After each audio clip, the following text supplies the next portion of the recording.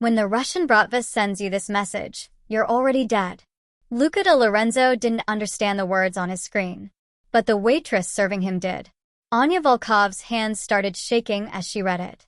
And in that moment, Luca realized something worse than death had just arrived. Because in the Russian underworld, there is no forgiveness, only final judgment. And Luca De Lorenzo had already broken the deal. Luca De Lorenzo, young, untouchable, feared, and ruthless, until the day his own top lieutenant, Dante Ricci, negotiated a secret deal behind his back, a deal with the Russian Bratva. A deal Luca never approved. A deal he didn't even know existed. One careless move. One broken condition. And now an ancient Russian execution message arrives, marking Luca De Lorenzo as a finished man. He doesn't speak Russian, but the waitress serving his table does. Anya Volkov. And when she reads it, she goes pale, because she knows what it means. Her father, Viktor Volkov, once ruled in that world. Viktor Volkov helped build the very code that now condemns Luca. And Anya knows something Luca does not. No one survives that message. Before we go any further, if you were Luca De Lorenzo right now and you just found out the Russian Bratva marked you as a finished man, would you run? Would you fight? Or would you try to negotiate with people who don't believe in mercy? Comment below, run, fight, or negotiate. Because what Luca chooses next will change everything. And trust me, the message Anya Volkov reads is only the beginning. The betrayal is deeper than you think. The judgment is harsher than execution. And the sacrifice someone makes later in this story will cost more than a life.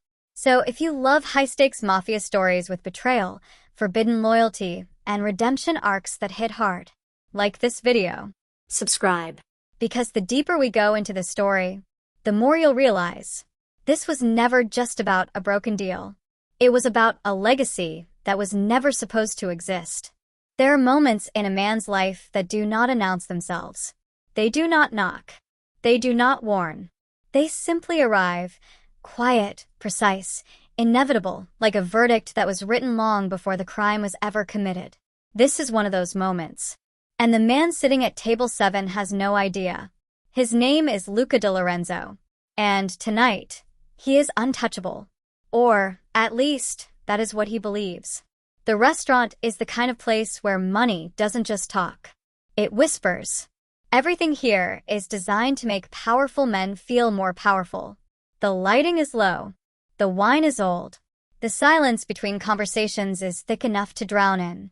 Every table is occupied by someone who owns something, a building, a block, a name that makes other men look away when it enters the room. But none of them command the room the way Luca De Lorenzo does. He is 31 years old. Sharp jaw. Cold eyes. A neck tattoo that crawls up from his collar like a map of every war he has ever survived.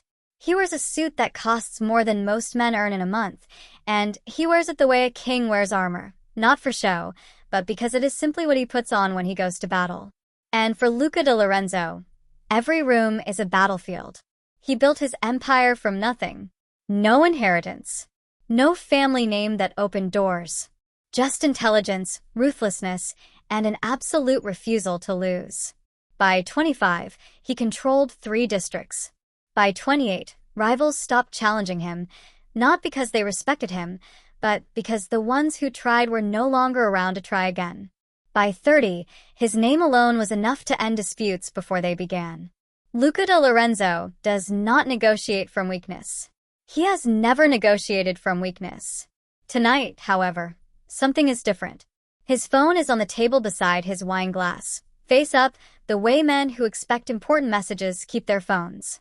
And at 9:47 in the evening, a message arrives.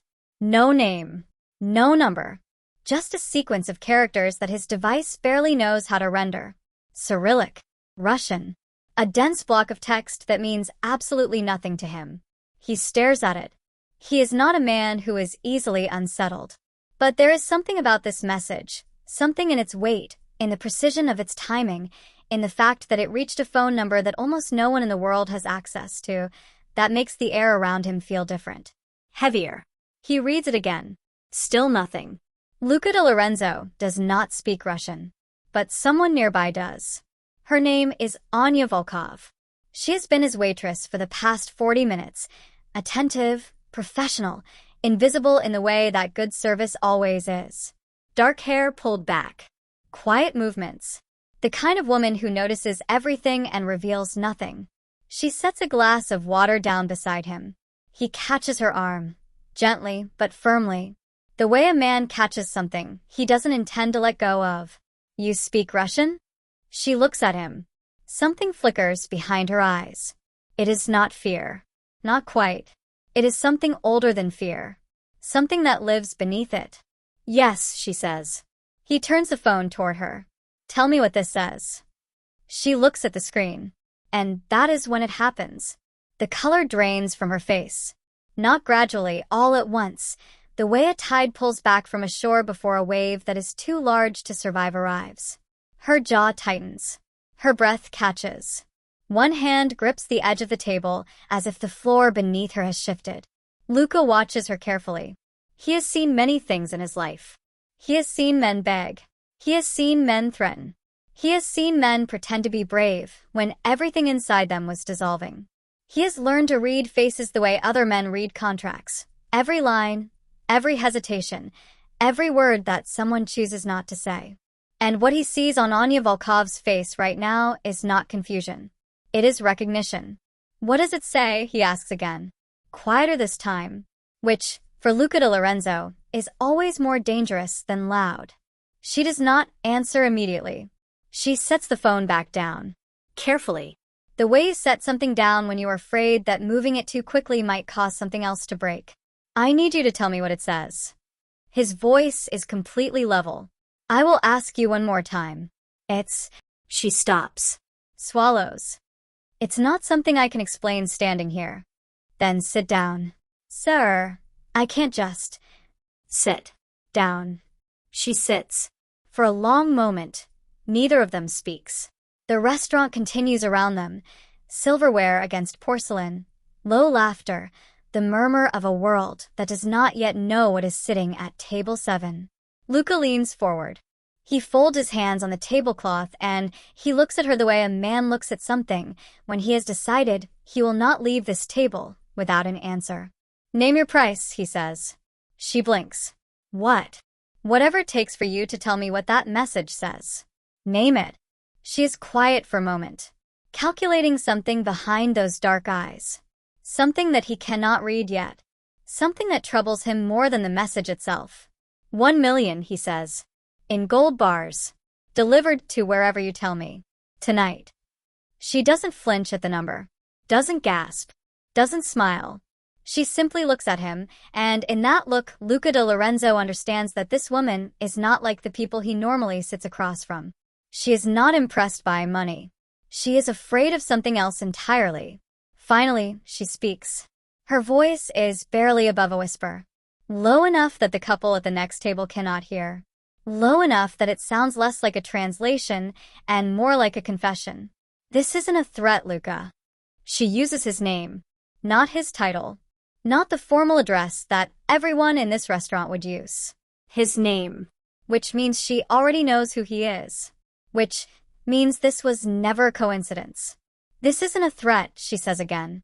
She looks him directly in the eyes. It's confirmation of your death. The restaurant keeps moving. Silverware, laughter, wine. But at table 7, everything has stopped. Luca De Lorenzo looks at the message on his phone. Then he looks at the woman sitting across from him. Then he asks the question that every condemned man eventually asks, the question that is not really a question at all, because some part of him already knows the answer is going to change everything. What did I break? She holds his gaze. And she does not look away. There is a particular kind of silence that follows a sentence like that. Not the silence of an empty room. The silence of a room that is holding its breath. Luca De Lorenzo sat perfectly still, his wine untouched, his hands flat on the table, the message glowing on the screen between them like a lit fuse that had already burned down to nothing. Start talking, he said. And so she did. 3 days ago, Luca had expanded operations. A new distribution corridor. Eastern Territory. A move he had been planning for months, calculated, deliberate, exactly the kind of aggressive growth that had built his empire into what it was. Standard. Routine. His. Except it wasn't. Because 3 months before that expansion, Luca's top lieutenant, Dante Ricci, had quietly, privately, without a single word to his boss, sat across a table from representatives of the Russian Bratva and negotiated a non-aggression pact. Terms were clear. No expansion east. No interference in Bratva's shipping lanes. Territory boundaries enforced and respected. Violations to be treated not as provocation, but as declaration. Dante Ricci signed his name to that agreement. But he signed it in Luca's shadow. He signed it as if he had the authority to bind his boss to terms his boss never approved, terms Luca never even knew existed. And 3 days ago, when Luca expanded east, unknowingly, cleanly, with no malicious intent toward anyone, he walked directly through a boundary line that had been drawn in his name, without his knowledge. The Bratva's execution protocol activated automatically. No warning, no appeal, no second message. Just the one Luca was holding in his hand right now. Anyone, Anya said quietly, who receives that message is already considered dead by Konstantin Orlov. Luca's jaw tightened. Konstantin Orlov. The name landed in the room like something heavy dropped from a great height. The man who did not give orders twice. The man who had built the Russian Bratva's Western operations into something that governments pretended didn't exist. The man whose patience was not a virtue. It was a weapon he used to let his enemies believe they were safe, right up until the moment they understood they never had been. You said considered dead, Luca said. Is there a way out? Anya looked at him for a long moment. And then she did something he did not expect. She told him her full name. Not the first name she had given when she introduced herself at the table. The full name. Both words. Said carefully, the way people say things they have spent years learning not to say in public. Anya Volkov. The second word hit the air and stayed there. Luca studied her face. Searching. And then something moved behind his eyes, a recognition assembling itself piece by piece, pulling from memory, from intelligence reports, from conversations held in back rooms years before this night. Volkov. Viktor Volkov, he said. Not a question. She nodded once. He's your father. Yes. Luca leaned back slowly. Because Viktor Volkov was not simply a name. Viktor Volkov was architecture. The man who, decades ago, had helped design the internal justice system of the Russian Bratva, its codes, its protocols, its methods of sentencing. The sacred machinery that decided who lived and who didn't. The very code that had just marked Luca De Lorenzo as finished. Had been built, in part, by her father. Luca looked at her, really looked at her, and understood that she had not sat down at this table by accident. That she had not simply been a waitress who happened to read Russian. That something larger than coincidence had placed her here, in this restaurant, at this precise moment. Will he help me? Luca asked. Anya was quiet for just a moment too long. And, in that silence, lived the question that would define everything that followed. Because Viktor Volkov had built the code. Which meant he knew, better than anyone alive, whether it could be undone, or whether it was already too late. There are men who retire from power, and then there are men who simply move power somewhere less visible. Viktor Volkov was the second kind. He lived on the edge of the city in a house that was deliberately unremarkable. No gates, no guards at the perimeter, no black vehicles parked outside with engines running. Nothing that would cause a passing stranger to look twice. Because men like Viktor Volkov understood something that younger, louder men never did, that the most dangerous thing in the world is the thing you cannot see coming. He had spent 40 years inside the machinery of the Russian Bratva. Not as a soldier. Not as an enforcer. As an architect. He designed the internal code. The justice protocols. The language of consequence that governed an entire criminal empire from the inside. When the Bratva needed a system that could operate without courts, without lawyers, without the inconvenience of due process, they came to Viktor Volkov. And he built them something that worked better than any of those things. Something cold. Something precise. Something that had never once failed to deliver its verdict. He was 63 years old now. gray at the temples. Quiet in the way that deep water is quiet, still on the surface, immeasurable beneath. He had retired 4 years ago. Or so the official story went. Anya brought Luca to him just before midnight. The old man opened the door before they knocked. He looked at his daughter first, then at Luca. Then, at the phone Luca held out toward him, without a word. Viktor read the message once. He handed the phone back. He turned and walked inside, and the gesture that followed, a single tilt of his head, told them both to follow. They sat in a room with no television, no decoration, nothing on the walls except a single clock that ticked with the slow patience of something that had never once been in a hurry. Viktor poured himself a measure of vodka. He did not offer any to his guests. He sat down, and he looked at Luca De Lorenzo with the eyes of a man who has delivered terrible news so many times that terrible news no longer requires any softening. "The message is authentic," Viktor said. His voice was even, factual. The voice of a doctor reading a result he already knew was fatal. Konstantin Orlov approved it personally. "I can tell by the suffix code in the 4th line. That sequence only appears when the order originates from him directly. It cannot be forged. It cannot be replicated." Luca said nothing. He was listening the way dangerous men listen, completely, hungrily, cataloging every word. "Is there an appeal system?" he asked. Viktor looked at him for a moment that lasted slightly too long. "I designed the code, Mr. De Lorenzo." A pause. "I did not build an appeal system into it." The clock ticked. "Then what are my options?" Luca asked. "You don't have options," Viktor said. "That is the purpose of the message. By the time it reaches you, the decision has already been made, recorded, and distributed to the relevant parties. You are not being warned. You are being informed." He set his glass down. "You are not a man anymore. You are a lesson." The words landed without drama, without cruelty, simply as fact, which somehow made them worse than if they had been shouted. Anya spoke from across the room. "There has to be something." "Anya." Viktor's voice was quiet but absolute. He didn't know about the pact. Dante Ricci acted without authority. That has to count for something. It counts for nothing. Viktor turned to look at his daughter, and something moved across his face, not coldness, but grief. The grief of a man watching someone he loves walk toward the edge of something. The code does not ask about intent. It asks about outcome. The boundary was crossed. The protocol activated. That is all. Silence. Then Luca asked the question that had been sitting beneath every other question since the moment Anya first went pale at his table. "Did you betray me to Konstantin? Before we came here tonight, did someone tell him where I was?" Viktor held his gaze. "No," he said. "I did not." And Luca believed him. Not because Viktor Volkov seemed trustworthy, powerful men rarely did, but because a man who had spent 40 years building systems of consequence understood, better than anyone, what it meant to act with integrity inside a world built on betrayal. Viktor Volkov had not made the call, but someone had. Because before Luca could ask another question, before Viktor could say another word, the front door came open. Not knocked, not announced, opened.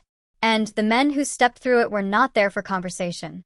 They moved through the room with the quiet efficiency of people who had done this many times before. Professional, unhurried.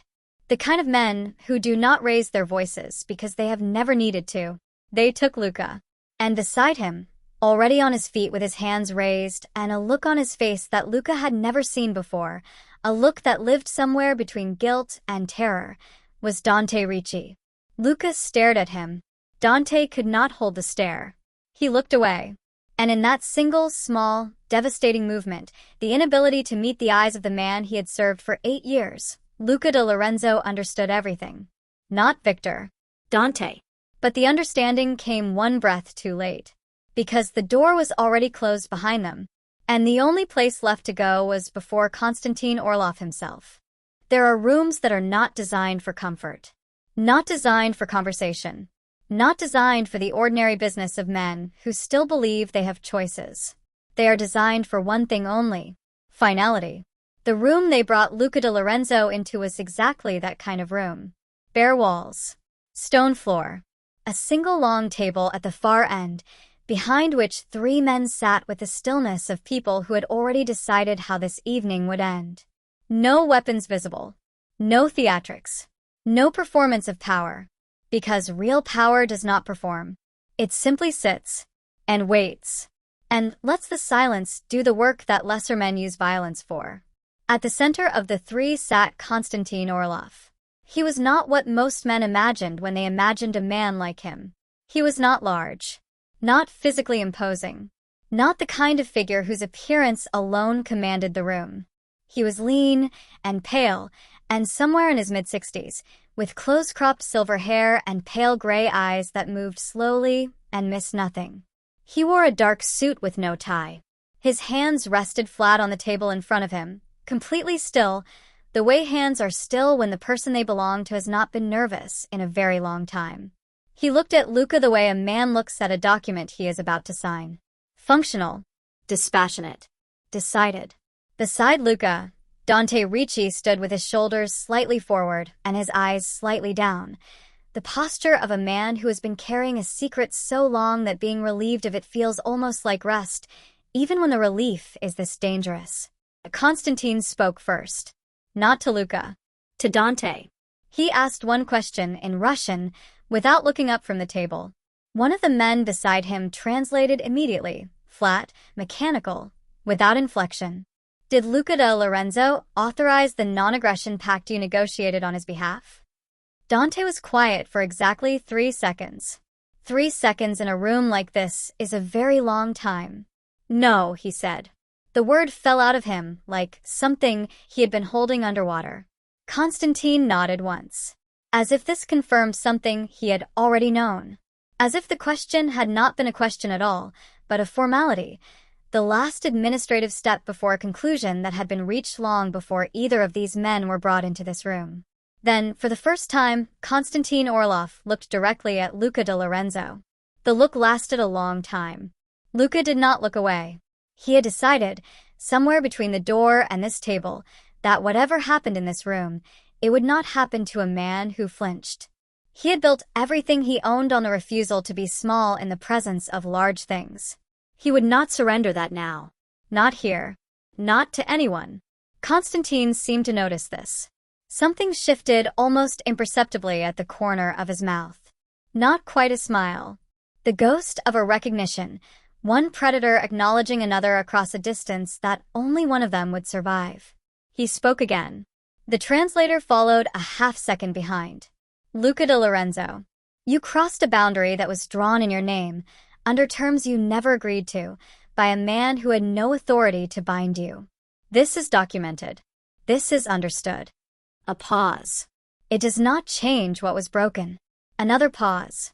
Longer. But it changes what justice looks like. Luca waited. The room waited with him. You will walk away from everything. The words arrived quietly, almost gently, which made them hit harder than anything loud could have. Your empire, your name, your operations, your territories, your networks, all of it. You will dissolve it, surrender it, disappear from this world completely and permanently. Konstantin's gray eyes did not move from Luca's face. You will not rebuild. You will not resurface. You will not whisper your name into rooms where it once carried weight. You will become nobody. And you will remain nobody. He let that settle. Disappear, he said, or we erase you. The room was completely silent. Luca stood inside that silence and felt something he had not felt in a very long time. Not fear. Something more complex than fear. The particular weight of a life being handed back to you with everything that made it recognizable already removed. What remained when you stripped a man of his empire, his name, his power? What was left of him then? He didn't know. He had never been anything else. But he was still alive. Which meant the question was still answerable. He gave a single nod. Konstantin looked at him for one more moment, then shifted his gaze to Dante Ricci. And the temperature of the room changed. It was subtle. The way temperature always changes before a storm, not dramatically, just enough that the body registers it before the mind does. The 2 men flanking Konstantin straightened slightly. The translator took a single, Quiet step back. Dante seemed to feel it too, because his shoulders moved in a way that was not quite a flinch and not quite a step backward, but lived in the space between both. Konstantin spoke. The translator did not translate this time. He didn't need to, because what followed required no language. Dante Ricci had negotiated a pact without authority, bound his superior to terms without consent, and then, when capture became inevitable, had traded Luca's location to the Bratva to protect himself. He had not simply made an unauthorized deal. He had compounded it with a betrayal so complete, so calculated, so devoid of loyalty, that it violated not just the terms of the pact but the most fundamental code that governed men in this world. You do not sell the man above you to save yourself. That was not politics. That was not strategy. That was something the Bratva had a very specific and very final response to. Konstantin Orlov did not raise his voice. He did not stand. He simply spoke 3 words to the men beside him. And Dante Ricci, top lieutenant, 8 years of service, the man who had stood at Luca De Lorenzo's right hand through every war, every expansion, every night that required someone trusted in the room, left that table in a way that confirmed he would not be leaving the building. Luca did not look away. He had learned long ago that there are moments a man must witness fully, not out of cruelty, but because looking away is a form of lying to yourself, to the weight of what happened, to the cost of the choices that led here. He watched, and when it was over, he stood in the silence of that room and understood something with a clarity that had never been available to him before tonight. Dante had built the trap. Dante had detonated it. And Dante had paid the only price that fit. One of Konstantin's men gestured toward the door, a movement that meant Luca was free to go. Not forgiven. Not cleared. Simply released. The way you release something you have decided is no longer worth the effort of holding. Luca walked toward the door. He did not rush. At the threshold, he stopped, just for a moment, just long enough. And he asked himself the question that Konstantin's judgment had cracked open inside him like a fault line splitting stone. Who is Luca De Lorenzo without power? He had no answer. Not yet. He stepped through the door. And the empire he had spent a decade building began, in that same instant, to fall. There is a kind of destruction that does not announce itself with fire. No explosion. No collapse. No single moment you can point to and say, there. That is where it ended. It simply unravels. Thread by thread. Name by name. District by district. Until one morning you wake up and reach for something that used to define you, and your hand closes around nothing. That is what happened to the empire of Luca De Lorenzo. It did not fall dramatically. It dissolved. Quietly, efficiently, the way powerful things dissolve when the single force holding them together is suddenly removed. Within 72 hours of walking out of Konstantin Orlov's building, Luca's operations began to fragment. Lieutenants who had sworn loyalty for years made phone calls to rivals before the week was out. Territory that had taken blood and years to secure was divided in backroom conversations Luca was not invited to. Warehouses changed hands. Routes were rerouted. The infrastructure of an entire criminal empire was redistributed across the city, like furniture from a house where someone has died, practical, unsentimental, swift. His name, which had once been enough to end a conversation before it became a confrontation, stopped carrying weight almost overnight. Because a name without power behind it is not a name. It is just a sound. His men disappeared. Not dramatically. Not with confrontation or declaration. They simply became unavailable. Calls unreturned. Doors that used to open instantly no longer answered. The invisible army that had surrounded Luca De Lorenzo for a decade evaporated into the city the way soldiers always evaporate when the war is officially declared lost, quietly and without looking back. Within 2 weeks, Luca De Lorenzo had nothing. No territory. No network. No income. No leverage. No army. No table in any room that mattered. He rented a small apartment on the west side of the city. 3rd floor. One window facing a brick wall. The kind of place that exists specifically for people who need to be somewhere without being seen. He paid cash. He gave a false name. He sat in the kitchen on the first night with a glass of water and the particular stillness of a man who has been so loud for so long that silence feels like a foreign country. He did not sleep. He sat with the question that had followed him out of Konstantin's building and refused to leave. Who are you without it? He had no answer. He had never needed one before. The empire had always been the answer. The power had always been the identity. From the time he was 19 years old and fighting for relevance in a world that had no interest in giving it to him, every single thing Luca De Lorenzo had done had been in service of becoming something that could not be ignored. Something large enough and dangerous enough that the world had no choice but to make room. And now the room was gone. And the thing that surprised him, the thing that kept him sitting at that kitchen table long after midnight, was that the grief was not about the money, not about the territory, not about the power itself. It was about the silence. Because in the silence, without the constant machinery of empire to occupy every corner of his mind, other things moved in. Older things. The kind of things powerful men spend their entire careers building empires specifically to avoid thinking about.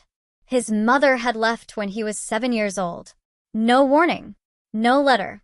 No explanation that a 7-year-old could understand or a 31-year-old could fully forgive. She had simply been there one evening and gone the next morning, and the man Luca had become in the years that followed had been built, brick by brick, on the foundation of that single abandonment. He had never admitted that to anyone. He had barely admitted it to himself.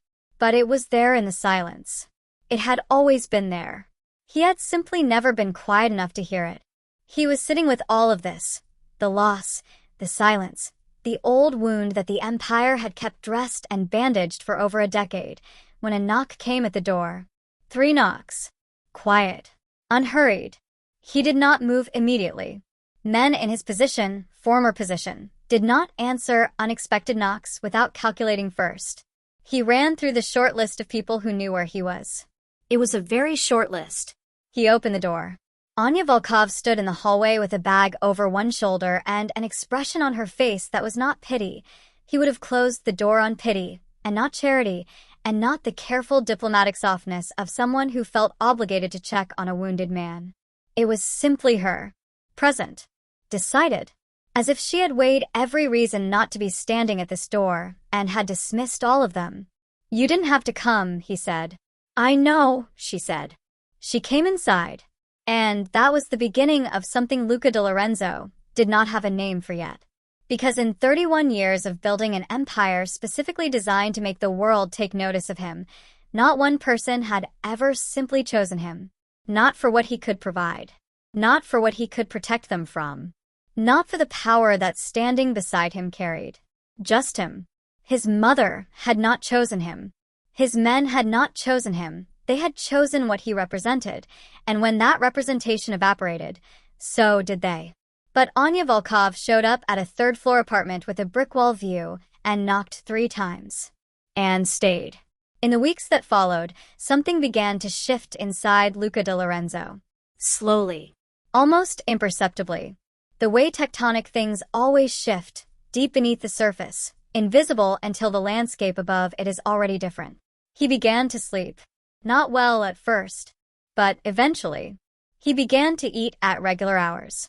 He began to take long walks through parts of the city he had only ever seen from a car window.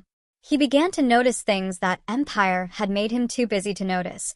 The way morning light moved across buildings, the sound of a city that was simply living without any agenda that involved him.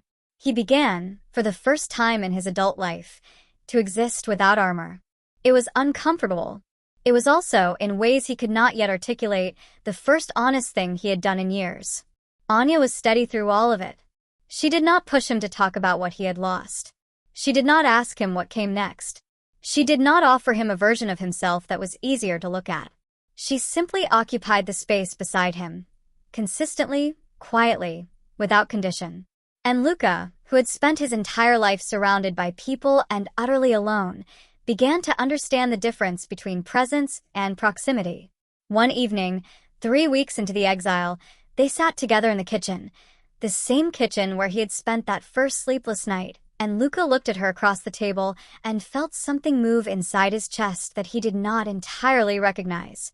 Something that was not desire, and was not gratitude, and was not the contractual affection of two people who had found each other useful.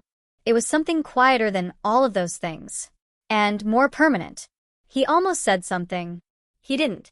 Because before he could find the words, he noticed something he had not noticed before. Anya had been tired lately, more than usual. She had been leaving the apartment every few days for an hour or two, and when she returned, she was always a little quieter than when she left. She had explained it away easily each time, with answers that were technically sufficient but somehow incomplete. He hadn't pushed. He pushed now. "Where do you keep going?" he asked. She looked at him across the table. Something moved behind her eyes. The same something he had seen on the very first night, when she had read the message on his phone and gone pale. That deep, private recognition. That knowledge of something that has not yet been said. "Appointments," she said. "What kind of appointments?" She held his gaze. And then she looked away. For a woman who did not look away from things, the gesture was deafening. Lucas sat with it for the rest of the evening, turning it over, reading it the way he read every silence, as a sentence with the words removed, waiting for someone to put them back. She was hiding something. Not from cruelty. Not from deception. He knew the difference between those and this. She was hiding something because she was afraid of what it would change. Which meant whatever it would change everything. There are things a woman carries alone not because she is weak, but because she is waiting for the right moment to be strong enough to share them. Anya Volkov had been carrying this for 3 weeks. She had done the math the morning after the night everything changed. The restaurant, the message, the room with Konstantin Orlov and its stone floor and its terrible finality. She had sat in a bathroom with a small white test and watched a line appear that rearranged the entire architecture of her future in under 2 minutes. She was pregnant. Luca De Lorenzo's child was growing quietly, privately, inside her, while outside, his empire collapsed, his name evaporated, and the man himself sat in a kitchen learning how to exist without armor. She had not told him. Not because she didn't trust him, but because she understood, with the precision of a woman who had grown up watching powerful men navigate impossible situations, that a man who has just lost everything he has ever built does not need the weight of everything he must now protect handed to him before he has found his footing. She was protecting him, and she was terrified. But someone else found out first. Viktor Volkov noticed the way fathers notice things, not through evidence or deduction, but through the particular attentiveness of a man who has spent 30 years watching his daughter's face and knows every variation of every expression she has ever worn. He said nothing for 4 days after he knew. He simply watched, and on the 5th day, he asked her directly, and she did not insult him by denying it. He was furious. Not loudly. Viktor Volkov was never loud. But the silence that followed her confirmation was the heaviest silence she had ever sat inside, heavier even than the silence in Konstantin's room, because this one was personal. This one had her name on it. "You tied your future to a condemned man," he said. She looked at her father steadily. "He isn't condemned anymore." Konstantin released him. "Exile is a suspended sentence, Anya. Not a pardon. He is changing." Viktor looked at her for a long time. The look of a man calculating not just what is, but what is coming. What a child born into this specific intersection of bloodlines and history would mean. What it would represent to the people who still monitored Luca De Lorenzo from a careful distance. "You don't know what you've started," he said quietly. "No," she replied. "I tied it to the man he's becoming." The words landed between them and held their ground. Viktor looked at his daughter, really looked at her, and saw something that no argument could move. He had built systems of judgment for 40 years. He understood immovable things when he encountered them. He said nothing more that evening. But 3 days later, Anya's phone rang. Viktor's voice was different when she answered. Stripped of the controlled authority, he wore like a second suit. What was underneath? It was something she had not heard from him in years. Fear. "Konstantin knows," he said. 3 words. Completely level. Catastrophically heavy. Anya stopped breathing. "He knows about the child," Viktor continued. "And he has made a declaration." She already knew what was coming. She had known, somewhere beneath hope, that a man like Konstantin Orlov would not simply allow a De Lorenzo bloodline to continue quietly in the margins of a city he considered his. Viktor confirmed it. He says the bloodline must not continue. There are declarations that are political, and there are declarations that are personal. Konstantin Orlov's decree was neither. It was architectural. The decision of a man who thinks not in moments, but in decades, who looks at a child not yet born and sees not an infant, but a variable, a future disruption, a name that, given enough time and enough anger, might one day walk back into rooms it had been permanently removed from. Konstantin did not hate Luca De Lorenzo. He simply could not afford the mathematics of his survival. And a child changed the mathematics entirely. Within 48 hours of Viktor's phone call, the city felt different. Not visibly. Not in any way that ordinary people moving through their ordinary lives would register. But Anya felt it. The way certain women who have grown up inside dangerous worlds develop a sensitivity to threat that operates below conscious thought, a tightening in the chest, a heightened awareness of cars that slow without stopping, of faces that appear twice in different locations, of silences that are slightly too deliberate. They were being watched. She told Luca. He received the information the way he received all dangerous information now, without the old reflexive aggression, but with something sharper than calm. A focused, disciplined attention that had been refined by weeks of stillness into something more useful than rage. He made one phone call, to the one man who understood the full geometry of what they were facing. Viktor Volkov arrived before midnight. The three of them sat in the small kitchen, the brick-wall apartment that had become, against all probability, the most important room in any of their lives, and Viktor laid out what he knew with the precision of a man who had spent 4 decades inside the machinery he was now describing. Konstantin had not yet moved. He was watching, calculating the cleanest method. He would not be careless. He was never careless, which meant they had a window. Small. Closing. There is one path, Viktor said. He did not look at Luca when he said it. He looked at his hands. The Bratva elders. Not Konstantin, the council above him. They have authority over execution decrees when procedural violations can be demonstrated. Luca leaned forward. What kind of violations? Viktor was quiet for a moment. The execution protocol activated against you is triggered by a pact negotiated without your knowledge or consent. Dante Ricci misrepresented his authority. He acted unilaterally and bound you to terms you never approved. Viktor finally looked up.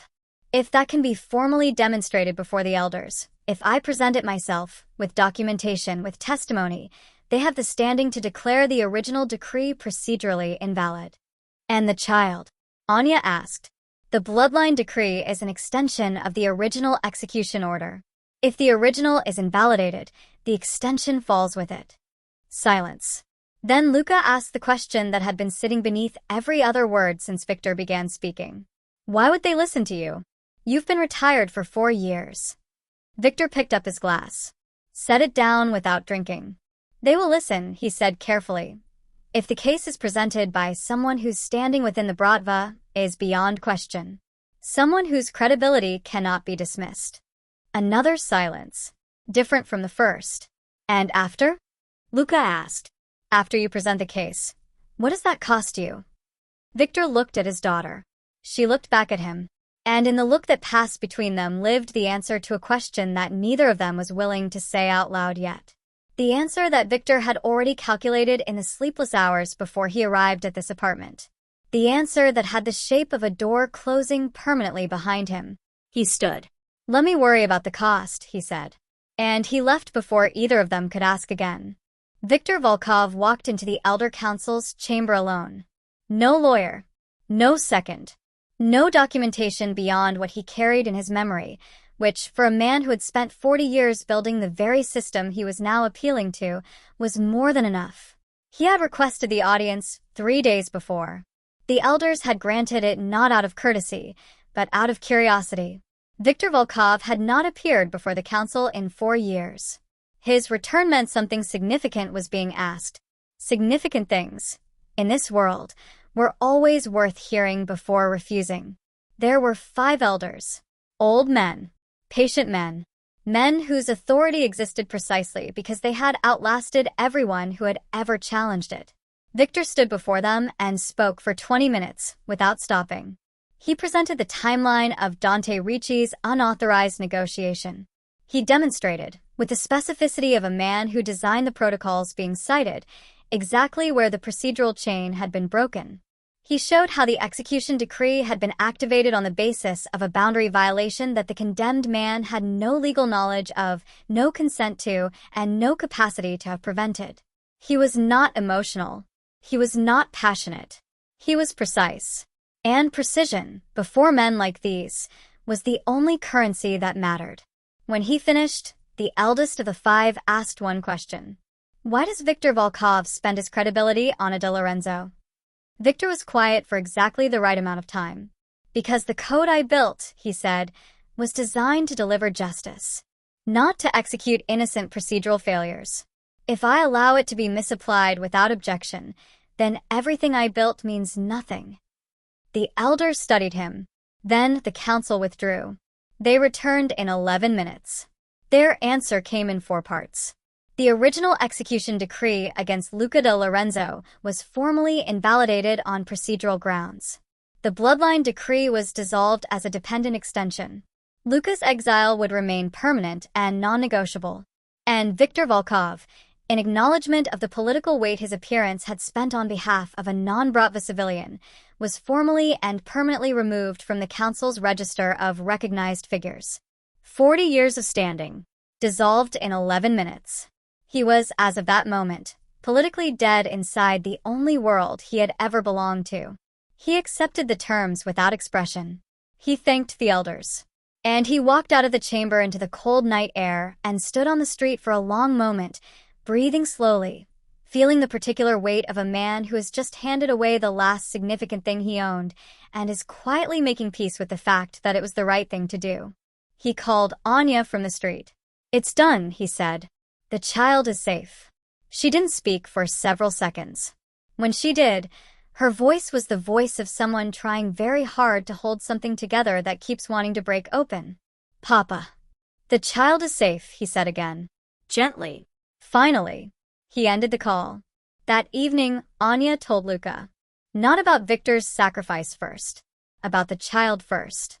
She sat across from him at the kitchen table. That same kitchen table that had witnessed more transformation in a few weeks than most rooms witness in decades, and she told him the truth she had been carrying alone since the night everything changed. Luca De Lorenzo did not speak for a long time. He looked at his hands, then at the table, then at her, and something happened to his face that had never happened to it before in any room, in any confrontation, in any moment across 31 years of a life built entirely on the refusal to be vulnerable. He broke. Not loudly. Not dramatically. The way strong things break when they finally stop pretending the weight isn't real, quietly, completely, with a kind of relief that lives on the other side of surrender. He pressed both hands flat on the table and lowered his head, and the sound that came out of him was not crying exactly. It was something older than crying. Something that had been waiting since he was 7 years old, and a door closed and nobody came back. Anya reached across the table and covered his hands with hers. She didn't speak. She didn't need to. When he finally looked up, his eyes were clear. Not empty, clear. The way a sky is clear after storm has moved through and taken everything with it that was never supposed to be there. "Viktor," he said. "What did he give up?" She told him. Luca absorbed it in silence. The full weight of it. 40 years. Every room, every relationship, every thread of influence Viktor Volkov had maintained inside the world that had shaped him, handed across a table in 11 minutes for the safety of a child that wasn't even his by blood. For a daughter who had chosen a condemned man.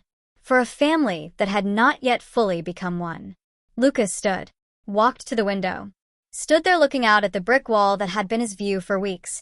The deliberately unremarkable, completely anonymous view of a man in hiding, and asked himself the question that Konstantin's exile had cracked open and fatherhood had now blown wide. Can a former king truly live without war?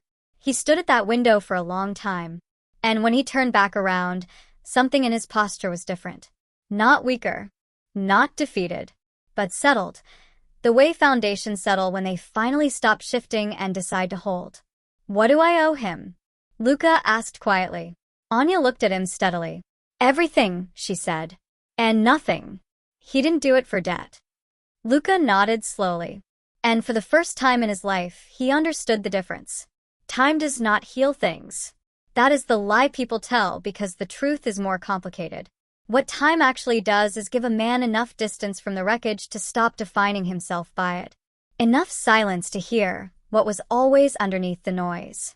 Enough ordinary mornings, coffee, light through a window, the sound of someone breathing in the next room, to understand that ordinary mornings are not the consolation prize. They are the whole thing. 3 years passed. Luca De Lorenzo built something. Not an empire. Not a network.